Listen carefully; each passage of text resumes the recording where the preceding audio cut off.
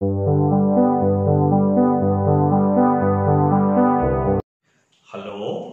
Welcome you all. ഇന്നത്തെ എന്റെ YouTube വീഡിയോയിൽ ഞാൻ അവതരിപ്പിക്കാൻ പോകുന്നത് ലോസ് ഓഫ് മോഷൻ എന്ന ചാപ്റ്ററാണ്. നിങ്ങളുടെ +1 സിലബസിലെ 4ാമത്തെ ചാപ്റ്റർ, ഏറ്റവും ഇമ്പോർട്ടന്റ് ആയ ചാപ്റ്ററുകളിൽ ഒന്ന്. And it's A very interesting chapter. വളരെ ഈസി ആയിട്ട് അതിന്റെ കോൺസെപ്റ്റുകൾ മനസ്സിലാവണ, വളരെ ഈസി ആയിട്ട് കാര്യങ്ങൾ എഴുതി പോകാൻ പറ്റണ ഒരു സിമ്പിൾ ചാപ്റ്റർ ആണ് ലോസ് ഓഫ് മോഷൻ. എക്സാം അടുത്ത് വരുന്നു. സോ നമ്മൾ വീണ്ടും സീരിയസ് ആവാണ്. ഇന്നും നമ്മുടെ കോൺട്രാക്ട് പോലെ ബുക്കും പെന്നും എടുത്തിട്ടായിരിക്കും നിങ്ങൾ ഇരിക്കണത് എന്ന് പ്രതീക്ഷിക്കണം. എന്റെ കൂടെ നിങ്ങളും ഡിറൈവ് ചെയ്ത് പോരാ, ഡിറൈവ് ചെയ്ത് ആ ചാപ്റ്റർ പഠിക്കാം. അപ്പോ ആ ചാപ്റ്ററിന്റെ പേടി നമുക്ക് ഇല്ലാണ്ടാക്കാം. ഓക്കെ, സോ നമുക്ക് ചാപ്റ്ററിലേക്ക് പോവാം. ചാപ്റ്ററിന്റെ പേര് laws of motion. Okay, laws of motion എന്നുള്ള ചാപ്റ്ററിന്റെ നമുക്ക് കുറച്ച് ഭാഗങ്ങളാക്കിയിട്ട് തിരിക്കാം. First part Newton's law, law of conservation of momentum ഒക്കെ വരണ first part. Second part friction associated quantities. Third part motion of a body or motion of a vehicle through a circular track. ഇങ്ങനെ 3 പാർട്ടായിട്ട് നമുക്ക് ലോസ് ഓഫ് മോഷനെ split ചെയ്യാം. Okay, അതിലെ ഫസ്റ്റ് പാർട്ട് അത് തുടങ്ങുന്നത് ഇനേഷ്യയിലാണ്. ഇനേഷ്യ എന്ന് പറഞ്ഞാൽ നമുക്കറിയാം മടി അല്ലെ. ഒരു സ്റ്റേറ്റ് നിന്ന് മാറാനുള്ള മടീനാണ് നമ്മൾ എന്ത് പേരിട്ട് വിളിക്കുക? ഇനേഷ്യ എന്നുള്ള പേരിട്ട് വിളിക്കുക. It's ability to continue in the same state. ഒന്നുകിൽ സ്റ്റേറ്റ് ഓഫ് റെസ്റ്റ് അല്ലെങ്കിൽ യൂണിഫോം മോഷൻ. അതിനെ നമ്മൾ വിളിക്കുന്ന പേരാണ് ഇനേഷ്യ. ഓക്കെ, അവിടെ നമുക്ക് ഇമ്പോർട്ടന്റ് ആയിട്ട് ആവശ്യമുള്ള ഒരു quantity mass is a measure of ഇനേഷ്യ. Mass is a measure of ഇനേഷ്യ. അത് വളരെ ഈസി ആണല്ലോ മനസ്സിലാക്കാൻ. വളരെ മെലിഞ്ഞ ഒരു വസ്തു അല്ലെങ്കിൽ വളരെ മെലിഞ്ഞ ഒരാള്, അയാളെ നമ്മൾ തള്ളിയാൽ അയാൾ സുഖമായിട്ട് നീങ്ങും. നല്ല തടിയുള്ള ഒരു സുമോ കുസ്തിക്കാരനെയാണ് നമ്മൾ നീക്കണമെങ്കിൽ തള്ളണതെങ്കിൽ എന്താ സംഭവിക്കുക? നമ്മൾ പിന്നോട്ട് നീങ്ങും. കാരണം അയാൾക്ക് മാസ് കൂടുതലാണ്, ഇനേഷ്യ കൂടുതലാണ്. ഓക്കെ, ഇനേഷ്യ നമുക്കറിയാം. Mass is a measure of ഇനേഷ്യ. ഇനേഷ്യ 3 തരമുണ്ട് നമുക്കറിയാം. ഇനേഷ്യ ഓഫ് റെസ്റ്റ്, ഇനേഷ്യ ഓഫ് മോഷൻ, ഇനേഷ്യ ഓഫ് ഡയറക്ഷൻ. ഓക്കെ, അത് 3ഉം നിങ്ങൾ ആലോചിച്ചാൽ കിട്ടും. കിട്ടില്ലേ? ഇനേഷ്യ ഓഫ് റെസ്റ്റ് ഏതാണ്ടൊക്കെ ഐഡിയ ക്ലിയർ ആയി സർ? അതന്നെയാണ് അതിന്റെ ഐഡിയ. ഓക്കെ, ഇനേഷ്യ ഓഫ് മോഷൻ അല്ലെ, മോഷൻ നിന്ന് മാറാനുള്ള മടി. അതേമാതിരി ഇനേഷ്യ ഓഫ് ഡയറക്ഷൻ. ഈ 3ഉം നമുക്കറിയാം, ബുദ്ധിമുട്ടൊന്നുമില്ല. ഓക്കെ, അപ്പോ ഇനേഷ്യ എന്ന് പറഞ്ഞ ക്വാണ്ടിറ്റി നമുക്കറിയാം. ഇനി വരുന്നത് ന്യൂട്ടന്റെ ഫസ്റ്റ് ലോ. ന്യൂട്ടന്റെ ഫസ്റ്റ് ലോ എന്ന് പറയുന്നത് വേറൊരു ലോന്റെ കൗണ്ടർ പാർട്ടാണ്, അല്ലെങ്കിൽ വേറൊരു ലോന്റെ കണ്ടിന്യൂവേഷൻ ആണ്. ഗലീലിയോന്റെ ലോ ഓഫ് ഇനേഷ്യ. ഗലീലിയോന്റെ ലോ ഓഫ് ഇനേഷ്യയും ന്യൂട്ടന്റെ ഫസ്റ്റ് ലോ ഓഫ് മോഷനും സെയിം ആണ്. എന്താ ലോ ഓഫ് ഇനേഷ്യ പറയണേ? Like state of rest, uniform motion is an inherent property. ഒരു വസ്തുവിന് ജന്മനാ കിട്ടുന്ന സ്വഭാവമാണ് സ്റ്റേറ്റ് ഓഫ് റെസ്റ്റും യൂണിഫോം മോഷനും. റെസ്റ്റിലിരിക്കുന്ന ഒരു ഓബ്ജക്റ്റ് അവിടെ തന്നെ ഇരുന്നോളും, സ്വയം ഒരിക്കലും നീങ്ങില്ല. മൂവ് ചെയ്യണ ഒരു ഓബ്ജക്റ്റ് ആണെങ്കിലോ നീങ്ങിക്കൊണ്ടേയിരിക്കും, അത് നിൽക്കൂല. ഇതന്നെയാണ് ന്യൂട്ടൺ ഫസ്റ്റ് ലോയിൽ എക്സ്പ്ലെയിൻ ചെയ്തത്. എന്തായിരുന്നു ന്യൂട്ടന്റെ first law? Every body continuous in the state of rest or of uniform motion along a straight line unless it is compelled by an external unbalanced force. എന്നുള്ള രീതിയിൽ പഠിക്കേണ്ട, എന്റെ കാര്യം മനസ്സിലാക്കി പഠിച്ചാൽ വളരെ എളുപ്പം. അതിന് ഞാൻ ഏറ്റവും ഈസി ആയിട്ട് പറയൽ എങ്ങനെയാണ് മലയാളത്തിൽ എക്സ്പ്ലെയിൻ ചെയ്യാൻ. ഫോഴ്സ് കൊടുക്കാത്തിടത്തോളം കാലം നിൽക്കണ വസ്തു നീങ്ങില്ല, നീങ്ങണ വസ്തു നിൽക്കൂല. ന്യൂട്ടന്റെ ഫസ്റ്റ് ലോ ഒന്നും അറിയാത്തൊരു കുട്ടി ഈ സെന്റൻസ് എക്സാം ഹാളിൽ ചെന്നിട്ട് ഇംഗ്ലീഷിലേക്കാണ് മാറ്റിയ ന്യൂട്ടന്റെ ഫസ്റ്റ് ലോ ആയി. ഫോഴ്സ് കൊടുക്കാത്തിടത്തോളം കാലം നിൽക്കണ വസ്തു നീങ്ങില്ല, നീങ്ങണ വസ്തു നിൽക്കൂല. An object continues in the state of rest or of uniform motion. ഏതുവരെ? Unless it is compelled by an external unbalanced force. So first law clear ആയിട്ടുണ്ടാവുമല്ലോ. ഇത് രണ്ടും അടുത്ത് എഴുതിയത് ദുരുദ്ദേശത്തോട് കൂടിയിട്ടാണ്. വളരെ സിമ്പിൾ. ന്യൂട്ടൺസ് ഫസ്റ്റ് ലോയും ലോ ഓഫ് ഇനേഷ്യയും സെയിം ആണ്. അപ്പോ ചിലപ്പോ മാച്ച് ദ ഫോളോയിങ് എന്ന് പറഞ്ഞിട്ടായിരിക്കും ക്വസ്റ്റ്യൻ വരിക ലോസ് ഓഫ് മോഷൻ എന്ന്. ഒരു സൈഡില് ന്യൂട്ടന്റെ ഫസ്റ്റ് ലോ ഉണ്ടാവും, അപ്പുറത്തെ സൈഡില് ലോ ഓഫ് ഇനേഷ്യ ഉണ്ടാവും. രണ്ടാളും പറഞ്ഞത് ഒരേ കാര്യം തന്നെയാണ്. ഗലീലിയോ പറഞ്ഞതിനേക്കാൾ ന്യൂട്ടൺ കൊടുത്ത പുതിയൊരു ക്വാണ്ടിറ്റി എക്സ്റ്റേണൽ ഫോഴ്സ് എന്ന് മാത്രമാണ്. ലോ ന്യൂട്ടന്റെ പേരിലേക്ക് ചാടി ന്യൂട്ടൺസ് ഫസ്റ്റ് ലോ എന്നായിട്ട് മാറണം. ഓക്കെ, ഐഡിയ ക്ലിയർ ആയിട്ടുണ്ടാവുമല്ലോ. ഇനി അടുത്ത ടോപ്പിക് ആണ് മൊമെന്റം. മൊമെന്റത്തിനെ ഡിനോട്ട് ചെയ്യുന്ന ലെറ്റർ പി ആണ്. Momentum P equal to M V. ഇത് നിങ്ങൾക്ക് ഡിഫൈൻ ചെയ്തൂടെ? ഇൻടു എന്നുള്ള ഒരു ക്വാണ്ടിറ്റി വന്നാൽ ഡിഫൈൻ ചെയ്യാൻ നമുക്കറിയാം, it is the product of first and second. So momentum is the product of mass and it's velocity. Definition ആയി അതിനൊരു ഡെഫിനിഷനും കൂടി നിങ്ങൾക്ക് ഞാൻ ഫ്രീ ആയിട്ട് തരുന്നു. It is the quantity of motion of a system. ഒരാളെ സൈക്കിൾ ഇടിക്കാൻ വന്നാലും ബസ് ഇടിക്കാൻ വന്നാലും അയാളുടെ മേത്തേക്ക് വരുന്ന ഇമ്പാക്ട് വ്യത്യാസമുണ്ട്. ഈ ഇമ്പാക്ടിനാണ് നമ്മൾ എന്ത് പേരിട്ട് വിളിക്കുക? മൊമെന്റം എന്നുള്ള പേരിട്ട് വിളിക്കുക. സർ, പുതിയ ക്വാണ്ടിറ്റി കിട്ടിയില്ലേ, അപ്പൊ എന്തോ ജോലി ഉണ്ടല്ലോ എന്നല്ലേ ഇങ്ങോട്ട് ചോദിക്കാൻ പ്രതീക്ഷിച്ചേ. അതിന് ഞാൻ അങ്ങോട്ട് ചോദിക്കണോ, എന്തായിരിക്കും മൊമെന്റത്തിന്റെ unit? Kilogram metre per second. മൊമെന്റത്തിന്റെ ഡയമെൻഷൻ എന്തായിരിക്കും? ml(t⁻⁻1). മൊമെന്റം മക്കളെ സ്കേലാർ ആവോ വെക്ടർ ആവോ? അത് സർ സിമ്പിൾ അല്ലേ. മൊമെന്റം വെക്ടർ ആവും. കാരണം എന്താ? വെലോസിറ്റി വെക്ടർ ആണ്. ഇതാണല്ലോ മനസ്സിൽ വിചാരിച്ചേ. അത് തന്നെയാണ് എന്റെ കറക്റ്റ് ആൻസർ.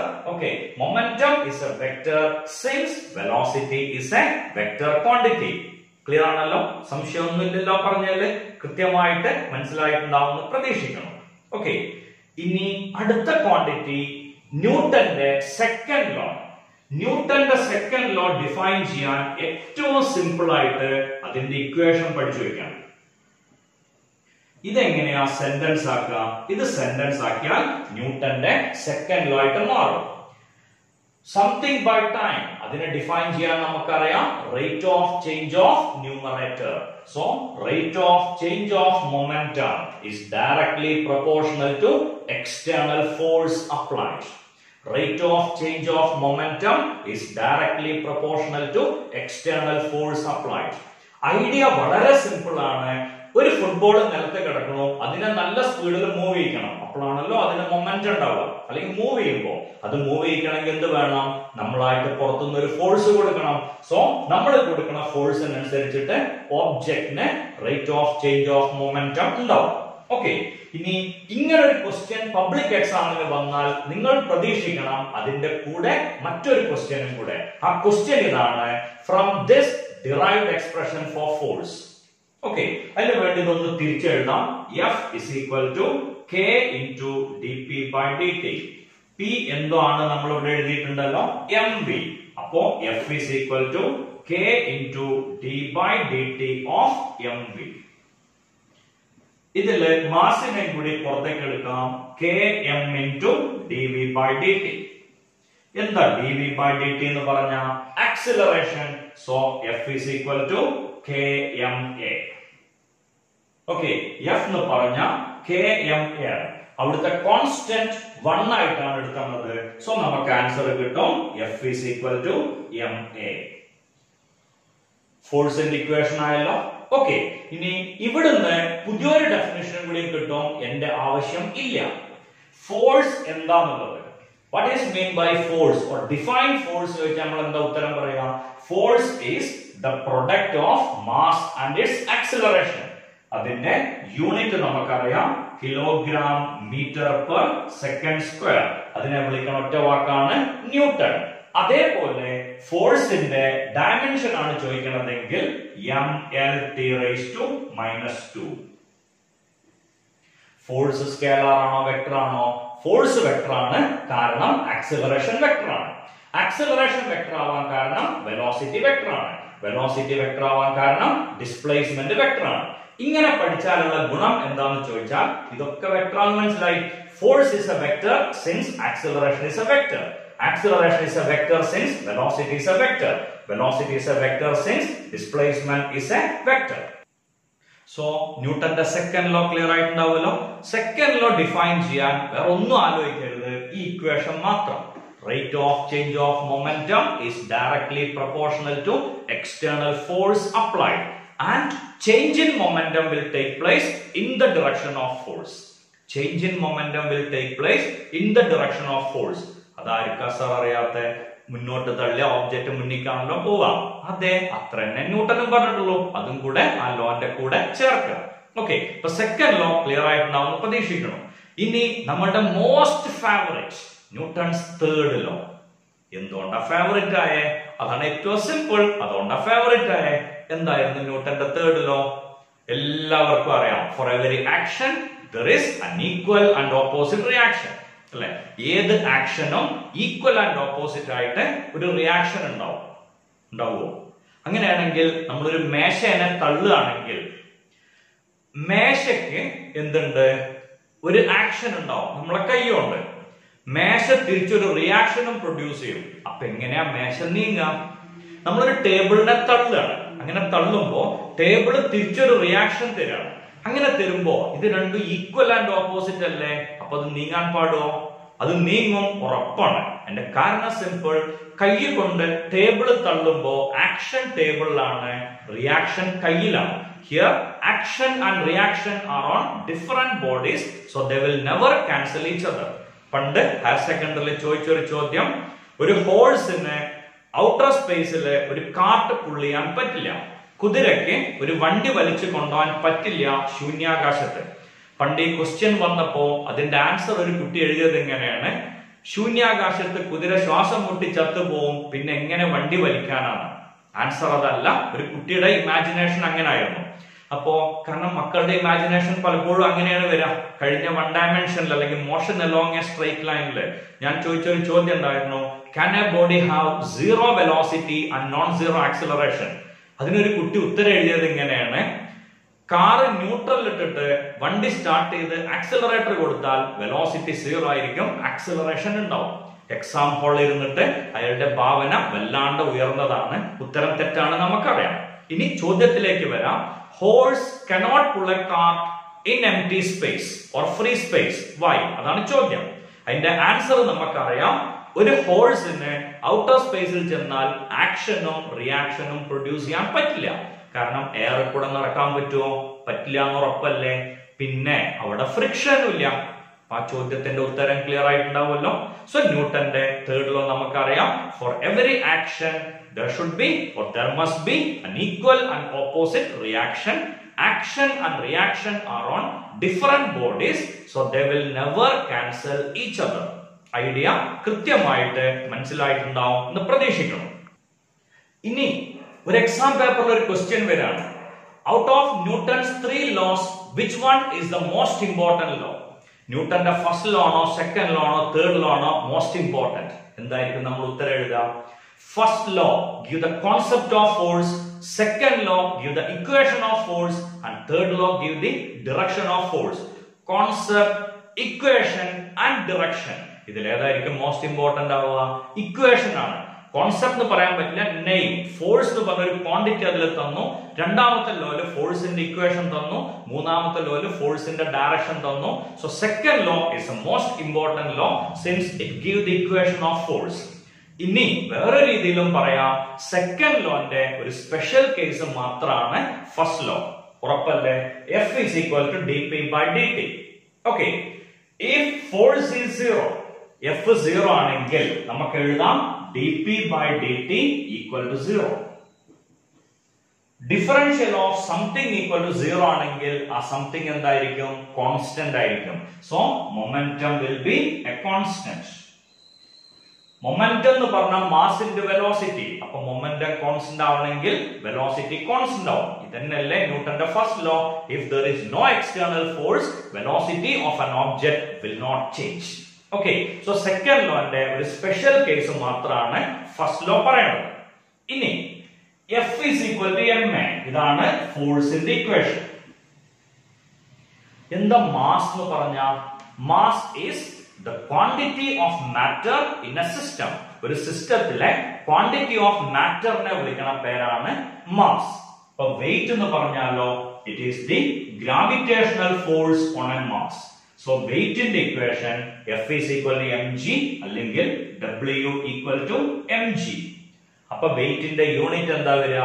വെയിറ്റിന്റെ യൂണിറ്റ് ഒന്നുകിൽ ന്യൂട്ടൺ അല്ലെങ്കിൽ കിലോഗ്രാം വെയിറ്റ്.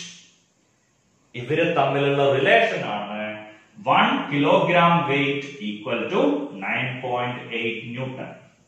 1 കിലോഗ്രാം വെയിറ്റ് എന്ന് പറഞ്ഞാൽ 9.8 ന്യൂട്ടൺ ആണ്. ഓക്കെ, ഐഡിയ ക്ലിയർ ആയിട്ടുണ്ടാവുമല്ലോ. അടുത്ത topic law of conservation of momentum. ഏത് കൺസർവേഷൻ ലോ എന്ന് പറഞ്ഞാലും ആ ക്വാണ്ടിറ്റി കോൺസ്റ്റന്റ് എന്നാണ് അർത്ഥം. അപ്പൊ law of conservation of momentum എന്ന് പറഞ്ഞാലോ momentum of a system remains constant. Actually നമ്മളത് ഇവിടെ പറഞ്ഞു. ഫോഴ്സ് 0 ആണെങ്കിൽ മൊമെന്റം കോൺസ്റ്റന്റ് ആയിരിക്കും. If there is no external force, total momentum of a system remains constant. അല്ലെങ്കിൽ വേറെ രീതിയിൽ അതിനെ പറയാറുണ്ട് momentum before collision equal to momentum after collision. Okay, ആ ബോർഡിൽ എഴുതിയ ഇക്വേഷൻ കൃത്യമായിട്ട് ഒന്ന് വായിച്ചു നോക്കൂ. momentum before collision equal to momentum after collision. Idea clear ആണല്ലോ. ഓക്കെ, ആ ഇക്വേഷൻ നോക്കുമ്പോ നമുക്ക് ഐഡിയ കിട്ടും. മൊമെന്റം ബിഫോർ കൊളീഷനും മൊമെന്റം ആഫ്റ്റർ കൊളീഷനും ഈക്വൽ ആണ്. Momentum before collision equal to momentum after collision. ഒരിക്കൽ കൂടെ വായിക്കൂ.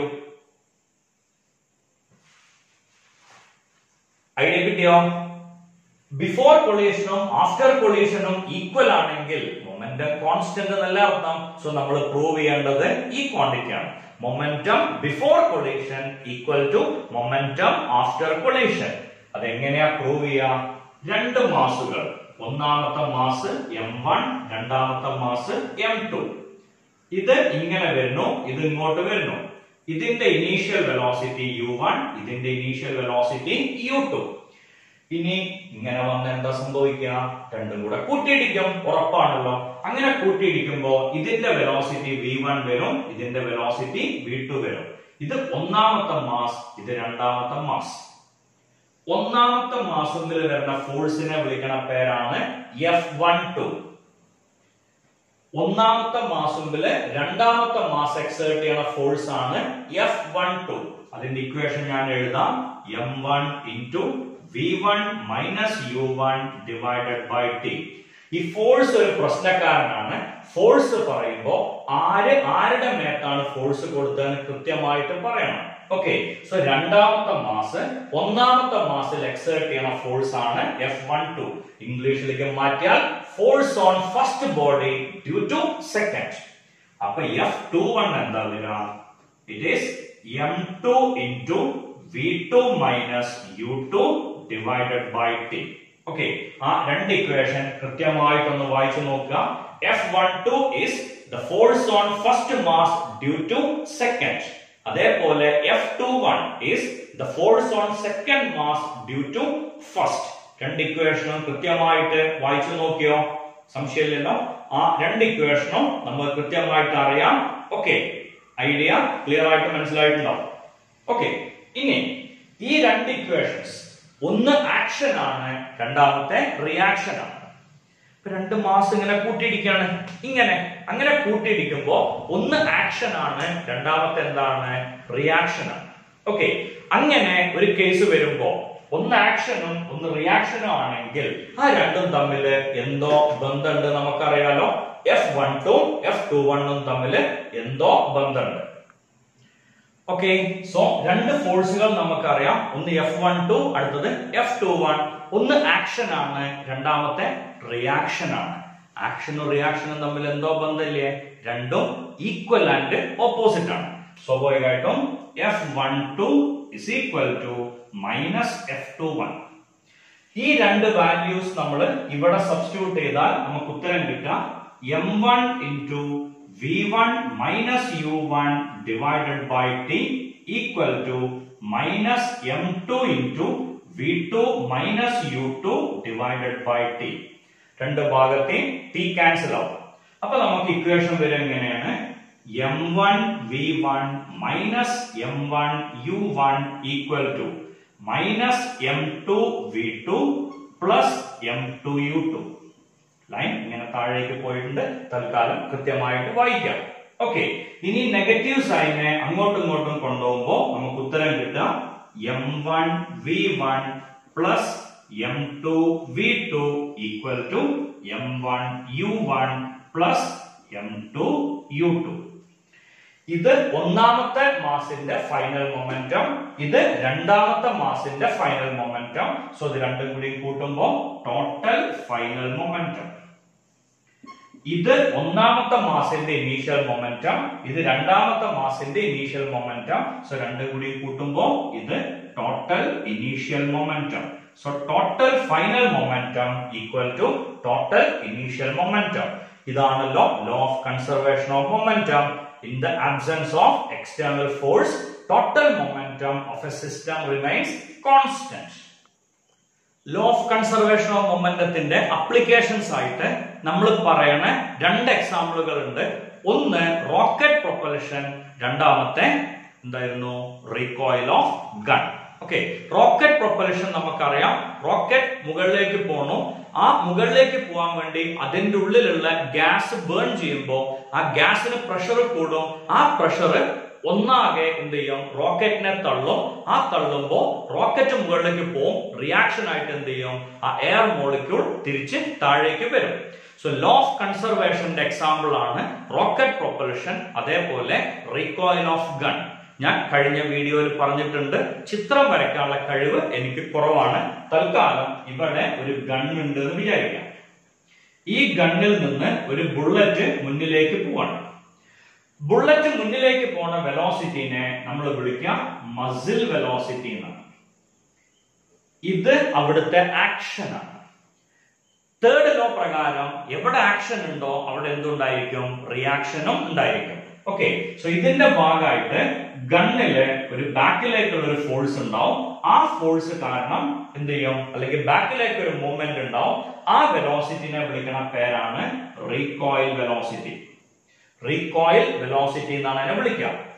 ഫയറിംഗിന് മുന്നേ what should be total momentum? ഫയറിംഗിന് മുന്നേ ആരും സഞ്ചരിക്കണില്ലല്ലോ. സ്വാഭാവികമായിട്ടും ടോട്ടൽ മൊമെന്റ് എത്രയായിരിക്കും, 0. ബുള്ളറ്റിന്റെ 0, ഗണ്ണിന്റെ 0.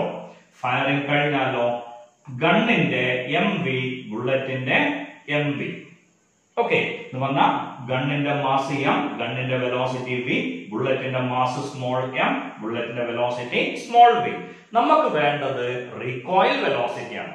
So recoil velocity mv equal to minus mv or v equal to minus mv divided by m. ഓക്കെ, ഇനി ഇടയ്ക്ക് വെച്ചിട്ട് ഒരു പ്രോബ്ലം സെഷനും കൂടെ ഞാൻ ഇതിന്റെ ഇടയിൽ പറയും, ഒരു ടോപ്പിക്കിന് ശേഷം. ഓക്കെ, ഇതിനെ കണക്ട് ചെയ്യണതും ഇതുവരെയുള്ള പ്രോബ്ലംസിന്റെ ഒരു ഏരിയ ചുരുക്കി ഒന്ന് പറയാം. ഓക്കെ, അതിന്റെ മുന്നേ ഒരു ടോപ്പിക് കൂടി പറയാണ്ട്, ഇറ്റ് ഈസ് ഇമ്പൾസ്. എന്താ ഇമ്പൾസ് എന്ന് പറഞ്ഞാൽ? A large force acting in A small interval of time. ചെറിയ സമയത്ത് ആക്ട് ചെയ്യുന്ന ഫോഴ്സുകൾക്കൊക്കെ ഭയങ്കര ഇമ്പാക്ട് ആണ്.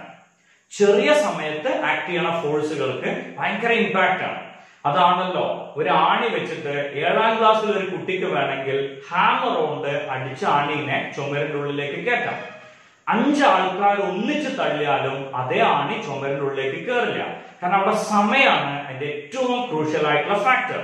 അതേമാതിരി നമുക്കറിയാം, ക്രിക്കറ്റ് മാച്ച് ഒക്കെ നടക്കുമ്പോൾ നല്ലൊരു പവർഫുൾ ഷോട്ട് ഒരാൾ ഇങ്ങനെ പിടിച്ചാൽ അയാളുടെ കയ്യില് ക്രാക്ക് വീഴും. അതേസമയം ഒന്ന് പിന്നിലേക്ക് വലിച്ചാൽ അയാൾക്ക് എന്തുണ്ടാവില്ല, ആ ക്രാക്കിംഗ് എഫക്ട് ഉണ്ടാവില്ല. കാരണം സമയം കൂടിയപ്പോ ഫോഴ്സ് കുറഞ്ഞു. അത് നമുക്ക് ജനറലി അറിയാലോ, അല്ലെ? ഒരാള് നമ്മൾ വാങ്ങിക്കൊണ്ടുവന്ന ഒരു TV പെട്ടെന്ന് താഴത്തേക്ക് ഇട്ടു, ഉടൻ നമ്മൾ റിയാക്ട് ചെയ്യും. പക്ഷേ കുറച്ച് സമയം കഴിഞ്ഞിട്ടാണ് നമ്മളത് അറിഞ്ഞതെങ്കിൽ ചിലപ്പോൾ റിയാക്ഷൻ അത്ര തന്നെ സ്പീഡിൽ വന്നോളന്നില്ല. കാരണം സമയം കൂടുന്തോറും ഏത് ഫോഴ്സിന്റെയും എഫക്ട് എന്ത് ചെയ്യും, റെഡ്യൂസ് ചെയ്യും. ഓക്കെ, ഇത് നമുക്കറിയാം. 5ാം നിലയിൽ നിന്ന് ഒരാൾ താഴേക്കാണ് വീണു, കോൺക്രീറ്റ് സർഫസിലേക്കാണ് വീണത്. ഉറപ്പാണ് അയാളുടെ എല്ലിന്റെ എണ്ണം ഒരുപാട് കൂടും, സംശയമൊന്നുമില്ല. ഓക്കെ, ഇനി ആള് മരണപ്പെട്ടു പോകാനും സാധ്യതയുണ്ട്. അതേസമയം മണലിലേക്കോ അല്ലെങ്കിൽ സ്പോഞ്ചിന്റെ ബെഡിലേക്കോ ആണ് വീണതെങ്കിൽ അങ്ങനെ അപകടം പറ്റാൻ സാധ്യതയില്ല. ഇതെന്തുകൊണ്ടാവും? ആദ്യത്തെ ചോദ്യം, എന്തുകൊണ്ടാണ് താഴേക്ക് വീഴുമ്പോൾ നമുക്ക് അപകടം പറ്റണേ? നമ്മൾ ഭൂമിയിൽ പോയിട്ടാണ് വീഴുമ്പോ നമ്മളെ വെയിറ്റ് മുഴുവൻ ഭൂമിക്ക് കൊടുക്കും, അതൊക്കെ ഭൂമി സ്വീകരിക്കും, ഒപ്പം തിരിച്ചൊരു റിയാക്ഷൻ തരും, അത് നമ്മളെ ശരീരം സ്വീകരിക്കില്ല, അതുകൊണ്ടാണ് നമുക്ക് അപകടം വരുന്നത്. അതേസമയം നമ്മൾ സ്പോഞ്ചിലേക്കോ അല്ലെങ്കിൽ മണലിലേക്കോ ആണ് വീണതെങ്കിൽ അവിടെ സമയം കൂടുതൽ വരും, ഇമ്പൾസിന്റെ എഫക്ട് കുറയും, അതുകൊണ്ടാണ് നമുക്ക് പരിക്ക് പറ്റാത്തത്. ഇമ്പൾസിന്റെ ഇക്വേഷൻ നമ്മൾ എഴുതുകയാണെങ്കിൽ impulse equal to force into dt. ഈ dt എന്തിനുള്ള സമയമാണെന്ന് ചോദിച്ചാൽ ചേഞ്ച് ഇൻ മൊമെന്റം പ്രൊഡ്യൂസ് ചെയ്യാനുള്ള ടൈമാണ്. ഓക്കെ, സോ ഫോഴ്സിന്റെ ഇക്വേഷൻ നമുക്കറിയാം dp by dt into dt. സോ dt ക്യാൻസൽ ചെയ്ത് പോകും, അപ്പൊ നമുക്ക് ആൻസർ കിട്ടും impulse equal to change in momentum. So match the following ആയിട്ടാണ് ക്വസ്റ്റ്യൻ വരുന്നതെങ്കിൽ ഒരു സൈഡിൽ ന്യൂട്ടന്റെ ഫസ്റ്റ് ലോ, അപ്പുറത്ത് ലോ ഓഫ് ഇനേഷ്യ. അതേപോലെ ഒരു സൈഡിൽ ഇമ്പൾസ് ഉണ്ടാവും, അപ്പുറത്ത് ചേഞ്ച് ഇൻ മൊമെന്റ് ഉണ്ടാവും. ഒരു സൈഡിൽ ന്യൂട്ടന്റെ സെക്കൻഡ് ലോ ഉണ്ടാവും, അപ്പുറത്ത് F is equal to dp by dt എന്നുണ്ടാവും. ഒരു സൈഡിൽ ന്യൂട്ടൺസ് തേർഡ് ലോ ഉണ്ടാവും, അപ്പുറത്ത് ആക്ഷൻ. ഇങ്ങനെ ഒരു സിമ്പിൾ ഉണ്ടാവും. ഇതൊക്കെ ഉണ്ടാവാം എന്ന് ഞാൻ പറയാനുള്ള കാരണം ഇത് മുന്നേ ചോദിച്ച ചോദ്യം അതുകൊണ്ടാണ്, അല്ലാണ്ട് ഞാനായിട്ട് പ്രൊഡ്യൂസ് ചെയ്യണ ക്വസ്റ്റ്യൻ ഒന്നുമില്ല. ഫിസിക്സിൽ അങ്ങനെയല്ലല്ലോ, ആരൊക്കെയോ പ്രൊഡ്യൂസ് ചെയ്യണത് നമ്മൾ യൂസ് ചെയ്യണോ. അപ്പൊ ആ ഐഡിയ പ്രകാരം ഇങ്ങനായിരുന്നു പണ്ട് ക്വസ്റ്റ്യൻ വന്നത്. ഓക്കെ, ഇമ്പൾസ് ഉള്ള ഐഡിയ ക്ലിയർ ആയിട്ടുണ്ടാവുമെന്ന് പ്രതീക്ഷിക്കുന്നു. ഇമ്പൾസ് പ്രൊഡ്യൂസ് ചെയ്യാനുള്ള ഫോഴ്സിനെ വിളിക്കണ പേരാണ് ഇമ്പൾസീവ് ഫോഴ്സ്. ഓക്കെ, ഇത്രയും കാര്യങ്ങൾ ക്ലിയർ ആയിട്ടുണ്ടാവും. ഇതാണ് ലോസ് ഓഫ് മോഷന്റെ ഫസ്റ്റ് പാർട്ട്. ഇനി നമ്മൾ NCERT-ന്റെ ഏറ്റവും ചെറുതായി കൊടുത്ത ഒരു ടോപ്പിക് കൂടി വെറുതെ ഒന്ന് മെൻഷൻ ചെയ്യാം. ഒരു ലിഫ്റ്റില് ഒരു ഒബ്ജക്റ്റ് മൂവ് ചെയ്യാം. ഇതിന്റെ മാസ് m ആണ്. അപ്പൊ mg എന്ന് പറഞ്ഞ് താഴേക്ക് ഒരു ഫോഴ്സ് ഉണ്ടാവും, r എന്ന് പറഞ്ഞിട്ട് നോർമൽ റിയാക്ഷൻ ഉണ്ടാവും. Normal means perpendicular. ഓക്കെ, ഈ mg ആണ് റിയൽ വെയിറ്റ്, r ആണ് അപ്പാരന്റ് വെയിറ്റ്, നമുക്ക് ഫീൽ ചെയ്യണ വെയിറ്റ്. എപ്പോഴാണ് ഇതിന് കൂടുതൽ വെയിറ്റ് ഫീൽ ചെയ്യാന്ന് ചോദിച്ചാൽ മുകളിലേക്ക് പോകുമ്പോ r equal to mg plus m ആണ്, അല്ലെങ്കിൽ m into g plus m. ഇതാണ് മുകളിലേക്ക് പോകുമ്പോഴുള്ള നോർമൽ റിയാക്ഷൻ. കണ്ടാൽ തന്നെ മനസ്സിലാവുമല്ലോ, mg ആണ് നോർമൽ വെയിറ്റ്, ഇതിനേക്കാൾ കൂടുതലാണ് നമുക്ക് ഫീൽ ചെയ്യണ weight. So r equal to mg plus m. താഴേക്ക് പോകുന്ന കേസിൽ, ഇത് മുകളിലേക്ക് പോകുമ്പോ താഴേക്ക് പോണ കേസിൽ r equal to mg minus m means r equal to m into g minus a. Okay, r equal to m into g minus a. mg minus m ആണ്. അപ്പൊ താഴേക്ക് പോരുമ്പോ അല്ലെങ്കിൽ താഴേക്ക് ആക്സിലറേറ്റ് ചെയ്യുമ്പോ വെയിറ്റ് കുറച്ചാണ് നമുക്ക് ഫീൽ ചെയ്യാം. അതിന്റെ ഒരു സ്പെഷ്യൽ കേസ് എടുത്ത് നോക്കൂ. എന്തായിരിക്കും ആ സ്പെഷ്യൽ കേസ്? നമുക്കറിയാം, ഫ്രീ ആയിട്ട് ഒബ്ജക്ട് താഴേക്ക് വീഴാണെങ്കിൽ അതിന്റെ ആക്സിലറേഷൻ g ആണ്. അപ്പൊ r become 0 means object feel weightlessness. നമുക്ക് ഏറ്റവും കൂടുതൽ ആവശ്യമുള്ള പോയിന്റ്സിൽ ഒന്നാണത്. When the lift is falling free, apparent weight on an object must be 0. Apparent weight എന്ന് പറഞ്ഞാൽ നമുക്ക് ഫീൽ ചെയ്യണ വെയിറ്റ്. ഒബ്ജക്റ്റിന് വെയിറ്റ് ഇല്ല എന്നൊന്നും പറയരുത്. ഒബ്ജക്റ്റിന് വെയിറ്റ് ഉണ്ട്, നമുക്ക് ഫീൽ ചെയ്യണ വെയിറ്റ് 0 ആയിട്ട് മാറും. ഓക്കെ, ഇനി അടുത്ത പോർഷൻ ആണ് ഫ്രിക്ഷൻ. സോളിഡില് ഫ്രിക്ഷൻ, ലിക്വിഡില് വിസ്കോസിറ്റി. എന്താ ഫ്രിക്ഷൻ എന്ന് പറഞ്ഞാൽ? രണ്ട് സർഫസ് കോണ്ടാക്റ്റിൽ മൂവ് ചെയ്യുകയാണെങ്കിൽ അതിന്റെ മൂവ്മെന്റിനെ ഒപ്പോസ് ചെയ്യണ ഫോഴ്സ്, ആ ഫോഴ്സിനെ നമ്മൾ എന്ത് പേരിട്ട് വിളിക്കുക? ഫ്രിക്ഷൻ എന്ന് വിളിക്കുക. ഈ ഐഡിയ മനസ്സിലായാൽ ഡെഫിനിഷൻ ഫ്രീ അല്ലേ? It's a force which opposes the relative motion between two surfaces in contact. രണ്ട് തരം ഫ്രിക്ഷൻ നമുക്ക് പറയാം. ഒന്ന് സ്റ്റാറ്റിക് ഫ്രിക്ഷനും രണ്ടാമത്തെ കൈനറ്റിക് ഫ്രിക്ഷനും. സ്റ്റാറ്റിക് ഫ്രിക്ഷനും കൈനറ്റിക് ഫ്രിക്ഷനും. സ്റ്റാറ്റിക് എന്ന് പറഞ്ഞാൽ റെസ്റ്റിലിരിക്കണേ, കൈനറ്റിക് എന്ന് പറഞ്ഞാൽ മൂവ് ചെയ്യണം. സോ റെസ്റ്റിലിരിക്കുമ്പോഴുള്ള ഫ്രിക്ഷൻ ആണ് സ്റ്റാറ്റിക്, മൂവ് ചെയ്യുമ്പോഴുള്ള ഫ്രിക്ഷൻ ആണ് കൈനറ്റിക്. കൈനറ്റിക്കിനെ രണ്ടെണ്ണാക്കി മാറ്റാം. One is sliding, other one is rolling. ഇതിൽ ഏറ്റവും വലിയ ഫ്രിക്ഷൻ ആരാന്ന് ചോദിച്ചാൽ സ്റ്റാറ്റിക് ആണ്, പിന്നെ സ്ലൈഡിംഗ് ആണ്, ഏറ്റവും ചെറിയ ഫ്രിക്ഷൻ ആണ് റോളിംഗ് ഫ്രിക്ഷൻ. അതുകൊണ്ടാണല്ലോ ടയറൊക്കെ സർക്കിൾ ആയിട്ട് ഉണ്ടാക്കിയ റോളിംഗ് ഫ്രിക്ഷൻ പ്രൊഡ്യൂസ് ചെയ്യാൻ വേണ്ടിയിട്ട്. ഓക്കെ, നമുക്കറിയാം friction is A self adjusting force. Okay, ഏറ്റവും വലിയ ഫ്രിക്ഷൻ സ്റ്റാറ്റിക് ഫ്രിക്ഷൻ ആണ്. പിന്നെ വരുന്നത് സ്ലൈഡിംഗ് ഫ്രിക്ഷൻ ആണ്. പിന്നെ വരുന്നത് റോളിംഗ് ഫ്രിക്ഷൻ ആണ്. ഓക്കെ, ഏറ്റവും ചെറിയ ഫ്രിക്ഷൻ റോളിംഗ്, ഏറ്റവും വലിയ ഫ്രിക്ഷൻ സ്റ്റാറ്റിക്. അതിൽ തന്നെ മാക്സിമം വാല്യൂ, അതിനെ നമ്മൾ വിളിക്കുന്ന പേരാണ് ലിമിറ്റിംഗ് ഫ്രിക്ഷൻ. പേര് തന്നെ ഉത്തരവില്ലേ, ലിമിറ്റ്, പരിധി. സോ ഫ്രിക്ഷന്റെ മാക്സിമം വാല്യൂ. ഇനി ഇതിൽ രണ്ട് ലോകളുണ്ട്. ഒന്ന് ലോസ് ഓഫ് സ്റ്റാറ്റിക് ഫ്രിക്ഷൻ, രണ്ടാമത്തെ laws of kinetic friction. Laws of static ഫ്രിക്ഷനും ലോസ് ഓഫ് കൈനറ്റിക് ഫ്രിക്ഷനും രണ്ടും രണ്ട് പോയിന്റ്സ് ആണ്. സ്റ്റാറ്റിക് ഫ്രിക്ഷന്റെ ലോകൾ പറയാം. ഒന്നാമത്തെ law, it is independent of area of contact. Friction area of കോണ്ടാക്ടിന് ഇൻഡിപെൻഡന്റ് ആണ്. രണ്ടാമത്തെ പറയണത് friction is directly proportional to normal reaction or Fs equal to mu s into R. ഫ്രിക്ഷനിൽ ഉപയോഗിക്കുന്ന കോൺസ്റ്റന്റ്, അതുകൊണ്ട് തന്നെ അതിനെ വിളിക്കുന്ന പേരെന്താവും, കോഎഫിഷ്യന്റ് ഓഫ് ഫ്രിക്ഷൻ.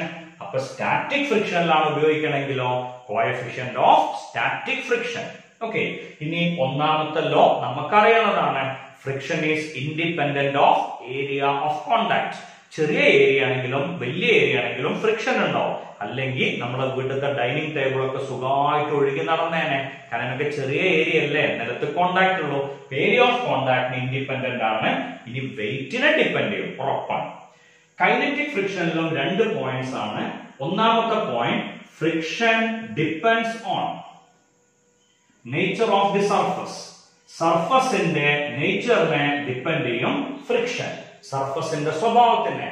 ഞങ്ങൾക്കറിയാലോ, സാധാരണ സർഫസ് കൂടെ സുഖമായിട്ട് നടക്കാം. സർഫസിൽ എണ്ണ ഒഴിച്ചാൽ കുറച്ച് ബുദ്ധിമുട്ടുണ്ടാവും നടക്കാൻ, അല്ലെങ്കിൽ അതിവേഗം എത്തേണ്ട സ്ഥലത്തേക്ക് എത്തും എന്ന് പറഞ്ഞാൽ friction depends on, or kinetic friction depends on nature of the surface. Static depend ചെയ്യില്ല, അത് നമുക്ക് ഉറപ്പല്ലേ. കാരണം ഒരു സ്ഥലത്ത് അടങ്ങി ഒതുങ്ങി നിന്നാ മതി, നീങ്ങുമ്പോഴല്ലേ സ്ലിപ്പറി ആയിട്ടുള്ള സർഫസ് പ്രശ്നം ഉണ്ടാക്കുള്ളൂ. So kinetic friction depends on nature of the surface. Then Fk യും R ആയിട്ട് directly proportional ആണ്, or Fk equal to mu k into R. അപ്പൊ mu k ന്റെ പേരെന്താവും, coefficient of kinetic friction. Okay, so Fs എന്ന് പറഞ്ഞാൽ mu s into R ആണ്, Fk എന്ന് പറഞ്ഞാൽ mu k into R ആണ്. Generally Fr is equal to mu into R.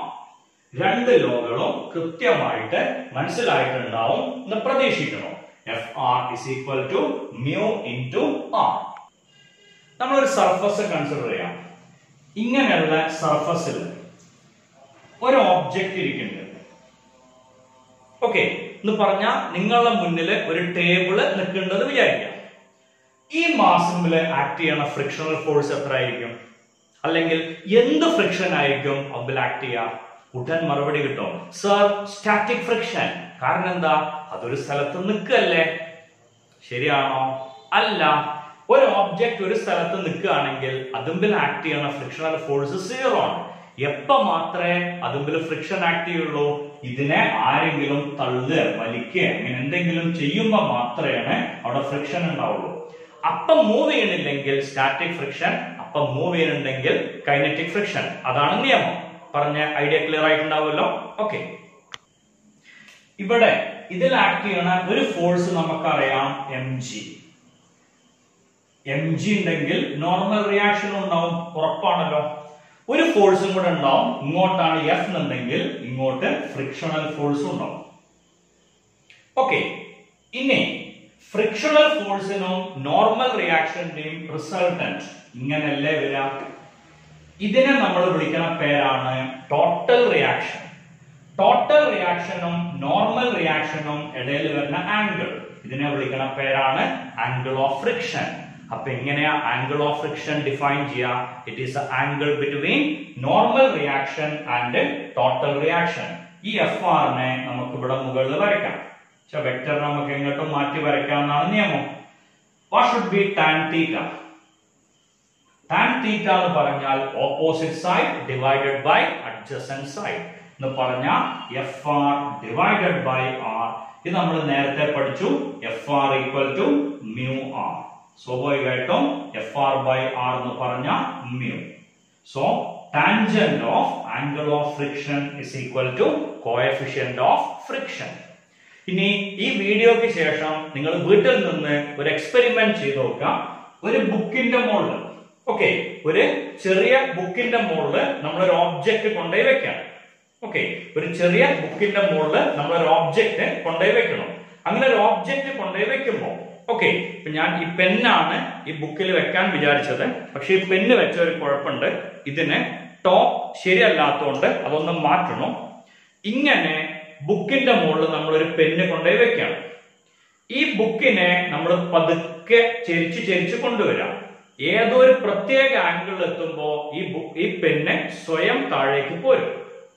ഇങ്ങനെ ഒരു ബുക്കിൽ ഒരു പെന്ന് വെച്ചു അല്ലെങ്കിൽ ഒരു ഓബ്ജക്റ്റ് വെച്ചു ഇങ്ങനെ ചെരിച്ചു കൊണ്ടുവരുമ്പോ ഒരു പ്രത്യേക ആംഗിൾ എത്തുമ്പോ ഈ പെന്ന് സ്വയം താഴേക്ക് വീഴും, അതിന്റെ വെയിറ്റ് കൊണ്ട് മാത്രം.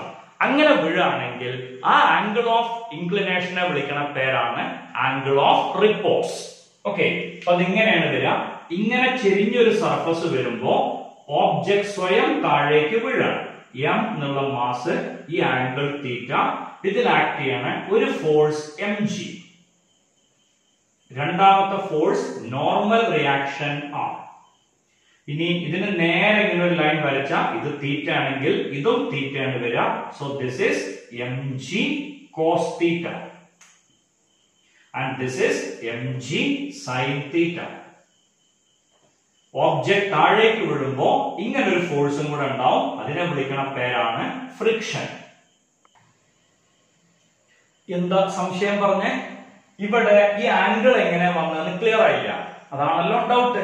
ഒരിക്കൽ കൂടെ പറയാം, അതിന് വേറെ എക്സാമ്പിൾ എടുക്കാം. ഇങ്ങനെ ഒരു കാർഡ്ബോർഡ് ഷീറ്റിന്റെ മുകളിൽ നമ്മൾ ഒരു ആണി താഴേക്ക് കണക്ട് ചെയ്ത് വെച്ചിട്ടുണ്ട്. ഇതിന്റെ തൊട്ടടുത്തായിട്ട് ഒരു നൂലിന്റെ മുകളിൽ ഒരു ചെറിയ മാസ് കെട്ടിത്തൂക്കിയിട്ടുണ്ട്. ഈ കാർഡ്ബോർഡ് ഷീറ്റ് നീക്കുമ്പോ ഈ ആണി നീങ്ങണതും സെയിം ആംഗിൾ ആയിരിക്കും. ഇത് ഏറ്റവും ചുരുക്കി പറയാം, കാർഡ്ബോർഡ് ഷീറ്റ് എക്സാക്ട് വെർട്ടിക്കൽ വന്നാൽ എന്റെ പിക്ചർ ഇങ്ങനെ ആവില്ലേ? കാർഡ്ബോർഡ് ഷീറ്റ് ഇങ്ങനെ നിൽക്കും, ആണി ഇങ്ങനെ ഉണ്ടാവും, അപ്പോഴും നൂലിൽ കെട്ടിയ മാസ് ഇങ്ങനെ ഉണ്ടാവും. സോ ഷീറ്റ് 90 ഡിഗ്രി ചെരിഞ്ഞപ്പോ താഴേക്ക് നിന്നിരുന്ന ആണി എവിടെ എത്തി? നേരെ പെർപെൻഡിക്കുലർ ആയിട്ട് മാറി. സോ ഷീറ്റ് 90 ഡിഗ്രി, ആണി നീങ്ങിയതും 90 ഡിഗ്രി. അപ്പോ ഇത് തീറ്റ ആണെങ്കിൽ ഇതും തീറ്റ ആയിരിക്കും. ഓക്കെ, ഇനി ഒരിക്കൽ പബ്ലിക് എക്സാമിന് ഇത് ക്വസ്റ്റ്യൻ ആയിട്ട് വന്നിരുന്നു. ഇങ്ങനെ ഒരു സർഫസിലെ ഡിഫറെന്റ് ഫോഴ്സുകൾ വരയ്ക്കാനായിരുന്നു അവിടെ ക്വസ്റ്റ്യൻ വന്നിരുന്നത്. ഇനി ഇവിടെ നോക്കുക, എഫ് ആറിന് ഈക്വലന്റ് ആയിട്ടുള്ള ക്വാണ്ടിറ്റി ഏതാണെന്ന് ചോദിച്ചാൽ എം ജി സൈൻ തീറ്റ. ഓക്കെ, ദെൻ എഫ് ആറിന് ഈക്വലന്റ് ആയിട്ടുള്ള ക്വാണ്ടിറ്റി എം ജി സൈൻ തീറ്റയാണ്. ആറിന് ഈക്വലന്റ് ആയിട്ടുള്ള ക്വാണ്ടിറ്റി ഏതാണെന്ന് ചോദിച്ചാൽ എം ജി കോസ് തീറ്റ. അപ്പൊ എന്താ എഫ് ആർ ബൈ ആർ വരാം? എം ജി ടാൻ തീറ്റ എന്നൊന്നും പറയല്ലേ. എം ജി കട്ട് ചെയ്ത് പോവും. Sine theta by cos theta tan theta. Okay, so ഇവിടുന്ന് നമുക്ക് ആൻസർ കിട്ടും tan theta equal to mu. F R by R എന്ന് പറഞ്ഞ ക്വാണ്ടിറ്റി മ്യൂ ആണ്. Tangent of angle of friction mu ആണ്. ടാൻജന്റ് ഓഫ് ആംഗിൾ ഓഫ് റിപ്പോസും mu ആണ്. അപ്പൊ നമുക്ക് പറയാം angle of friction is equal to angle of repose. അടുത്ത ടോപ്പിക് ആണ് motion of vehicle through circular track. Okay, അതിൽ ആദ്യം പറഞ്ഞ കേസ് ഫ്രിക്ഷൻ മാത്രമാണ്. ഫ്രിക്ഷൻ മാത്രം ഉണ്ടാവുമ്പോ എന്ത് എഫക്റ്റ് ആണ് അവിടെ പ്രൊഡ്യൂസ് ചെയ്യാനുള്ളതാണ്? ഇങ്ങനെയുള്ള ഒരു സർക്കുലർ ട്രാക്ക്. ഈ സർക്കുലർ ട്രാക്കിലൂടെ ഒരു വെഹിക്കിള് മൂവ് ചെയ്യാം. ഈ വെഹിക്കിളിന് കിട്ടാവുന്ന മാക്സിമം വെലോസിറ്റി ആണ് കിട്ടേണ്ടത്.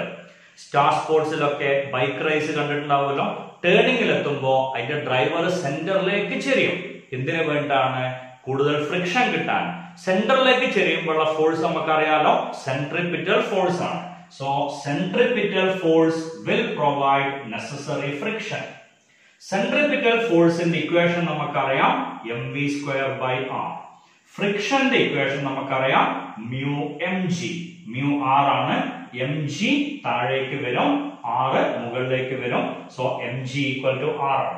Then m cancel ആയി പോകും. അപ്പോൾ നമുക്ക് ആൻസർ കിട്ടും v square equal to mu rg or v equal to root of mu rg. ഇതാണ് ഫ്രിക്ഷൻ ഉള്ള ഒരു റോട്ടിലൂടെ കാർ മൂവ് ചെയ്യുമ്പോൾ അതിന് കിട്ടാവുന്ന മാക്സിമം വെലോസിറ്റി.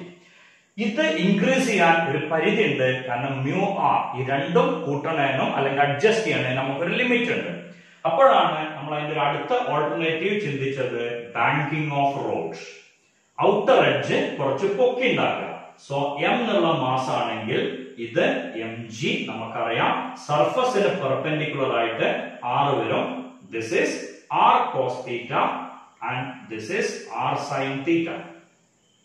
ഇനി നമുക്കറിയാം mv square by r ന് ഈക്വലന്റ് ആയിട്ടുള്ള quantity. mv square by r എന്നുള്ളതിന് ഈക്വലന്റ് ആയിട്ടുള്ള ക്വാണ്ടിറ്റി r sin theta ആണ്. mg ക്ക് ഈക്വലന്റ് ആയിട്ടുള്ള ക്വാണ്ടിറ്റി r cos theta ആണ്. ഇത് ഡിവൈഡ് ചെയ്താൽ നമുക്ക് കിട്ടാം. ഇത് ഡിവൈഡ് ചെയ്യുമ്പോൾ m കട്ട് ചെയ്ത് പോകും. v square by rg equal to sin theta by cos theta വരും. r കട്ട് ചെയ്ത് പോകും. it is tan theta. okay, v square by rg എന്ന് പറഞ്ഞാൽ tan theta ആണ്. അപ്പോൾ v square എന്ന് പറഞ്ഞാലോ rg tan theta. അപ്പോൾ v എന്താ കിട്ടുക? v equal to root of rg tan theta. ഇതാണ് ബാങ്കിങ് ഓഫ് റോഡിലെ വെലോസിറ്റിന്റെ ഇക്വേഷൻ. ഫ്രിക്ഷൻ മാത്രമുള്ളപ്പോ root mu R G, banking ആവുമ്പോ root of R G tan theta. ഇനി അതിൽ ഏറ്റവും ഇമ്പോർട്ടന്റ് ആയിട്ടുള്ള ഡെറിവേഷൻ മൂന്നെണ്ണത്തില് both friction and banking are present. ഞാൻ ബോർഡിൽ ഫിഗർ വരച്ചിട്ടുണ്ട്. ബാങ്കിങ് മാത്രം. ഓക്കെ, ബാങ്കിങ് വരെ നമ്മൾ നേരത്തെ പറഞ്ഞതാണ്. ആ ഫിഗർ വരച്ചു. mg r cos theta r sin theta. ഇനി ഫ്രിക്ഷൻ ഉണ്ടാവും. ഫ്രിക്ഷൻ എന്ന് പറഞ്ഞ ടാൻജൻഷ്യൽ ഫോഴ്സ് ആണ്. സോ ഇതാണ് ഫ്രിക്ഷൻ. ഈ ആംഗിൾ തീറ്റ. സ്വാഭാവികമായിട്ടും ഈ വാല്യൂ വരാ fr cos theta. ഈ വാല്യൂ വരാ fr sin theta. ഇനി നോക്കുക, mv square by r ന് ഈക്വലന്റ് ആയിട്ടുള്ള ക്വാണ്ടിറ്റി ഏതാ നോക്കുക.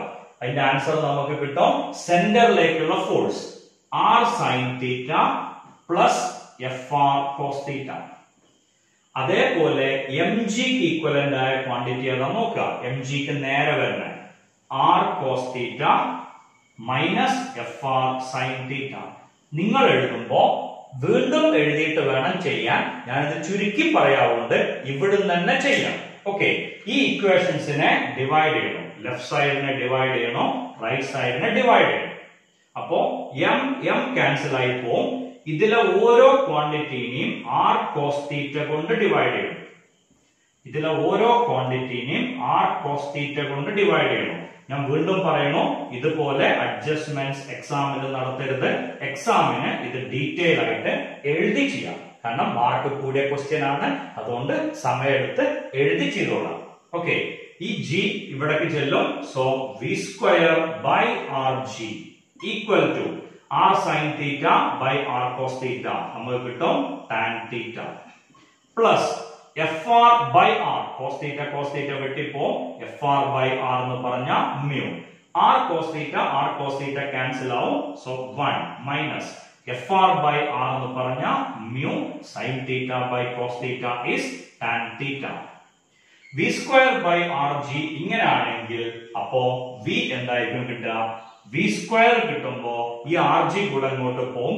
v വരുമ്പോ root of R g into tan theta plus mu divided by 1 minus mu tan theta. ഇതാണ് ബോത്ത് ബാങ്കിങ് ആൻഡ് ഫ്രിക്ഷൻ എന്നുള്ള കേസിൽ നമ്മൾ ഉപയോഗിക്കുന്ന ഇക്വേഷൻ. ബാങ്കിങ് മാത്രം ഉണ്ടാവുമ്പോ ഇതിൽ മ്യൂനെ ഒഴിവാക്കിയാൽ മതി, root R G tan theta. Friction മാത്രം ഉണ്ടാവുമ്പോ ടാൻ തീറ്റനെ ഒഴിവാക്കാം, റൂട്ട് മ്യൂ ആർ ജി. രണ്ടും കൂടെ വരുമ്പോ ഇതായിരിക്കും ഇക്വേഷൻ. എന്താ പറഞ്ഞേ? ഞാൻ പറ്റിച്ചു. എന്താണ്? ഓ സോറി, ഞാനത് പറ്റേ മറന്നു പോയതാണ്. ഞാൻ ഇതിന്റെ ഇടയ്ക്ക് നിങ്ങൾക്ക് ഒരു ഓഫർ തന്നിരുന്നു. ഈ ചാപ്റ്ററിലെ പ്രോബ്ലം സെഷൻ എക്സ്പ്ലെയിൻ ചെയ്യാം, ഒരു ബുദ്ധിമുട്ടില്ല. സ്റ്റാർട്ടിംഗ് ടു ലാസ്റ്റ് വരെ നമുക്ക് അങ്ങനെ പറഞ്ഞു പോവാം. സ്പീഡ്. ഓക്കെ, ആദ്യത്തെ ഏരിയ ഒരു ഇനീഷ്യൽ വെലോസിറ്റി തരും ഏതെങ്കിലും ഒരു ഒബ്ജക്റ്റിന്റെ. ഓക്കെ, അത് കംസ് ടു റെസ്റ്റ് എന്നായിരിക്കും പറയാം. അപ്പോ v 0 ആയിരിക്കും. അത് സഞ്ചരിച്ച ഡിസ്റ്റൻസും തരും. ഇപ്പോ ഇനീഷ്യൽ വെലോസിറ്റി ഒരു 10 മീറ്റർ പെർ സെക്കൻഡ്. വെറുതെ എനിക്ക് തോന്നിയ സംഖ്യ പറയാണ്. s equal to 80 metre. Mass തരും 5 കിലോഗ്രാം. ഇത് നിങ്ങൾക്ക് എത്ര ആക്കാട്ടോ, ചിലപ്പോ കാറൊക്കെയാണ് തരാം. അപ്പൊ 800 കിലോഗ്രാം എന്നൊക്കെ ആയിരിക്കും വരാം.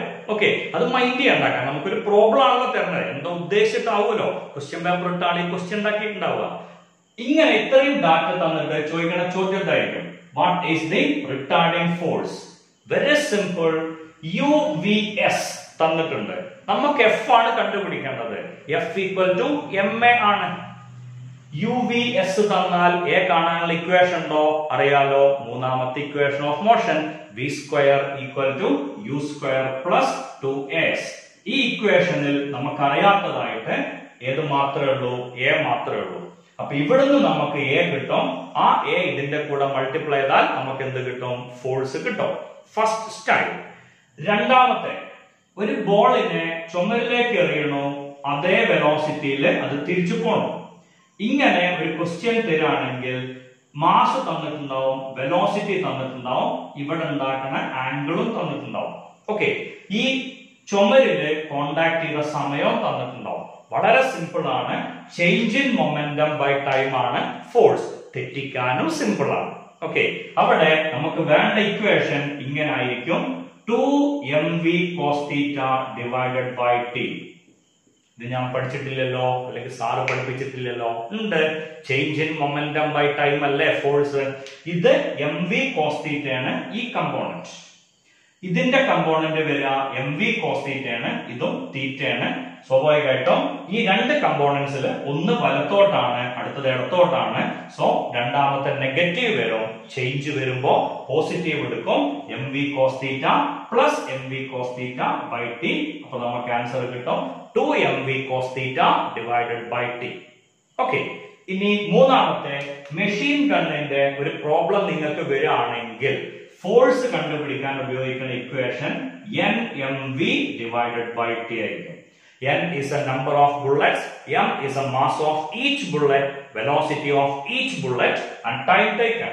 മിക്കവാറും ക്വസ്റ്റ്യനിലും ടൈം തരിക 1 സെക്കൻഡ് എന്നായിരിക്കും. പറഞ്ഞാൽ ബുള്ളറ്റ് എമിറ്റഡ് പെർ സെക്കൻഡ് എന്നാണ് പറയാം. അപ്പൊ നമുക്ക് ഈ ടി ആവശ്യമില്ല. F is equal to nmv. Higher സെക്കൻഡറിയിൽ 2 പ്രാവശ്യം ചോദിച്ച ചോദ്യമാണ്. 144 ന്യൂട്ടൺ ഫോഴ്സിൽ ഗണ്ണ് പിടിക്കണോ, ബുള്ളറ്റിന്റെ മാസ് 40 ഗ്രാം, അത് മൂവ് ചെയ്ത velocity 1200 metre per second. Calculate ചെയ്യാം, നിങ്ങൾക്ക് ആൻസർ കിട്ടും. n is equal to 3. Okay, ഇനി വരുന്ന അടുത്ത ക്വസ്റ്റ്യൻ 2 വർഷം മുന്നേ ചോദിച്ച ഇങ്ങനെ ഒരു സ്ട്രിങ്, ആ സ്ട്രിങ്ങിന്റെ മുകളിൽ ഒരു മാസ് കെട്ടി തൂക്കിയിട്ടുണ്ട്. ഇങ്ങനെ സ്ട്രിങ് ഉണ്ടാവുമോ? ഇല്ല. സ്ട്രിങ് താഴേക്കല്ല ഉണ്ടാവുക. ഇതിങ്ങനെ വരാൻ കാരണം ആരോ ഇങ്ങോട്ട് പിടിച്ച് വലിച്ചിട്ടുണ്ട്. ആ ഫോഴ്സ് വന്നിട്ടുണ്ടാവും. ഓക്കെ, ഇനി ഇതിന്റെ ടെൻഷൻ T. ഇത് തീറ്റ ആണെങ്കിൽ നമുക്കറിയാം this is t cos theta and this is t sin theta. ഇത് t cos theta ആണ്, ഇത് t sin theta ആണ്. ഇനി നോക്കിയാൽ തന്നെ ക്ലിയർ ആവും. t sin theta എന്ന് പറഞ്ഞാൽ ഇത് m ആണെങ്കിൽ താഴേക്കുള്ള ഫോഴ്സ് കിട്ടും mg. So t sin theta എന്ന് പറഞ്ഞാൽ നമുക്ക് കിട്ടുക f ആണ്. t cos theta എന്ന് പറഞ്ഞാൽ നമുക്ക് കിട്ടുക mg ആണ്. ഏതാണ്ട് തീരുമാനമായി. tan തീറ്റ എന്ന് പറഞ്ഞ f by mg. ഇതിൽ നിന്ന് നിങ്ങൾക്ക് ആ സ്ട്രിങ്ങിന്റെ ആംഗിൾ കിട്ടുമല്ലോ. ഈ രീതിയിലുള്ള ഒരു ചോദ്യം നമുക്ക് പ്രതീക്ഷിക്കാം.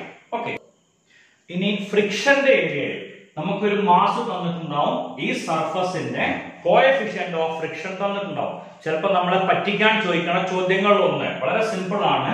ഈ മാസ് 5 കിലോഗ്രാം ആണ് വിചാരിക്കാം. ഓക്കെ, 5 കിലോഗ്രാം ആണ് ഈ മാസ് വരുന്നത്. ഇനി ഇവിടുത്തെ കോഎഫിഷ്യന്റ് ഓഫ് ഫ്രിക്ഷൻ 0.8 ആണ്. കോഎഫിഷ്യന്റ് ഓഫ് ഫ്രിക്ഷൻ 0.8 ആണ്. ഇനി ഇതിന്റെ മുകളിൽ നമ്മൾ 30 ന്യൂട്ടൺ ഫോഴ്സ് കൊടുത്താൽ ഈ മാസിന്റെ ആക്സിലറേഷൻ എത്ര ആയിരിക്കും? നമുക്കറിയാം m എന്നുള്ള മാസ് വെച്ചിട്ടുണ്ടെങ്കിൽ ഫോഴ്സ് കാണാനുള്ള ഇക്വേഷൻ μmg എന്ന് പറഞ്ഞ 0.8 into 5 into 10. നമുക്ക് ആൻസർ കിട്ടുക 40 ന്യൂട്ടൺ.